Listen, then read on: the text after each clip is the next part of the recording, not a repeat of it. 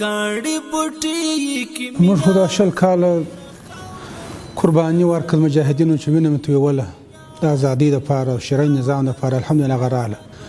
نو دا مې فکر و دا مې سوچ و چې د څنګه مې وینه تویول اوس به خوله تویوو دا مې قصد دا مې اراده وکړله چې نوم به بیا خوله د خپل ولس په خدمت کې خوله تویوو او چې کوم وخت مې دا کانال ولدی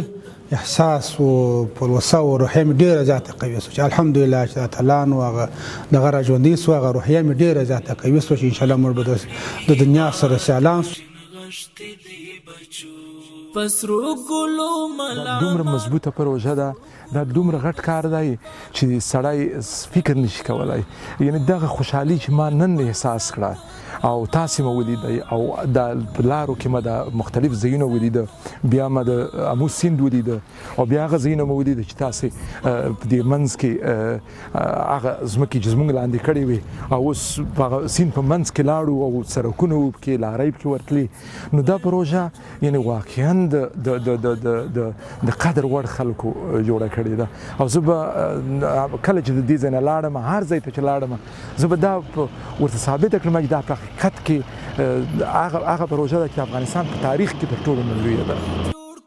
کوههای ریگی که برداشتن آن از مسیر کانال زمان زیادی را در بر گرفت، اما حالا این مسیر برای انتقال آب آماده می شود و آن طرف آب دریای آمو منتظر روانه شدن به کانال قشتیپه می باشد.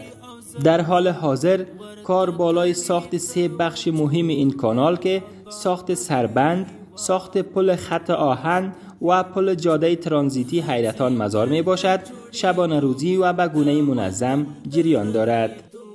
پل سرک حیرتان مزار در مسیر کانال قشتیپه یکی از اساسی ترین ساختمان های مربوط این کانال می باشد که به طول 90 متر و عرض 11 متر با استانداردهای جهانی ساخته شده است.